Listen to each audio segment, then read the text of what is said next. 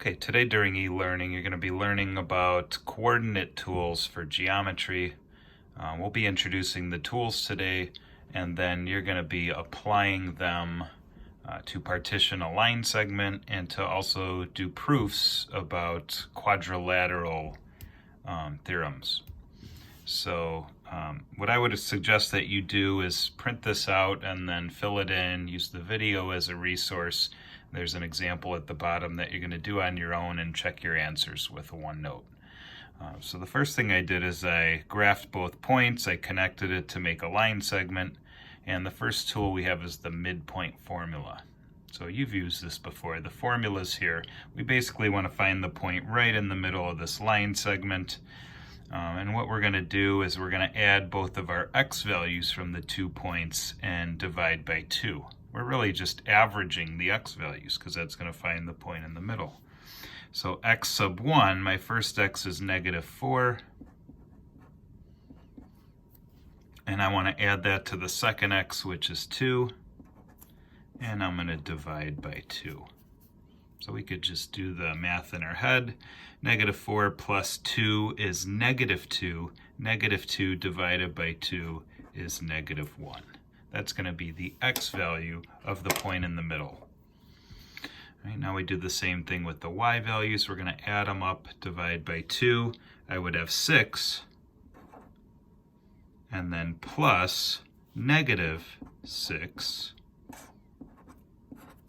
And 6 plus -6 is 0. 0 divided by anything is 0.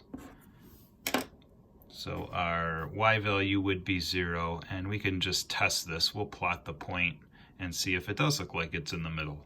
So we would go left 1 and up and down 0, left 1, up and down 0. Here's our midpoint. Okay, it does look like it's right in the middle, so it looks like we did a good job with this. So in coordinate geometry, here's what we're going to use it for. We could find congruent segments. Right now I know AM is congruent to MB. And I also know a point or a line that bisects a segment. It's going to hit right here. It'll cut it into 2 equal pieces. Okay, next on to slope. So now we're trying to find the steepness of the segment that we just drew. Again, you've used this formula before. We're just going to plug in the numbers.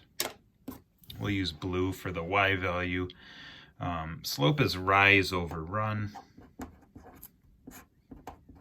So if you think of rise like rye bread, that y is always on the top.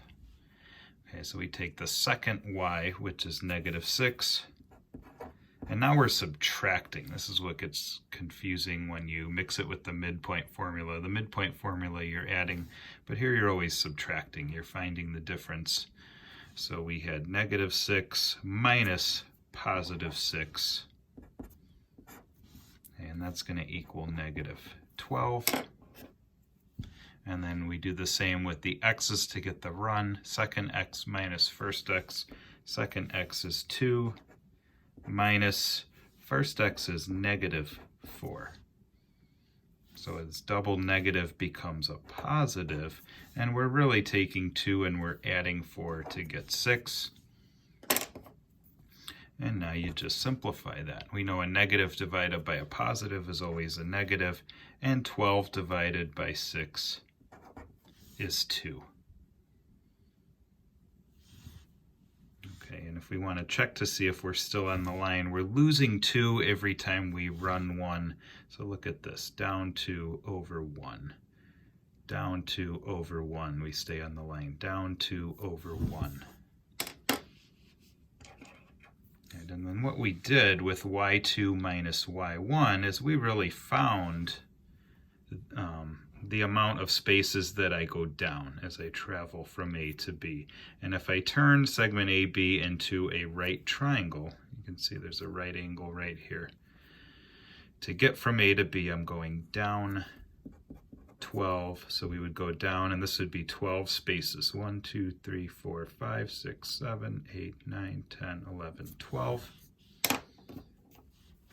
And then x2 minus x1 would be the horizontal distance between these points.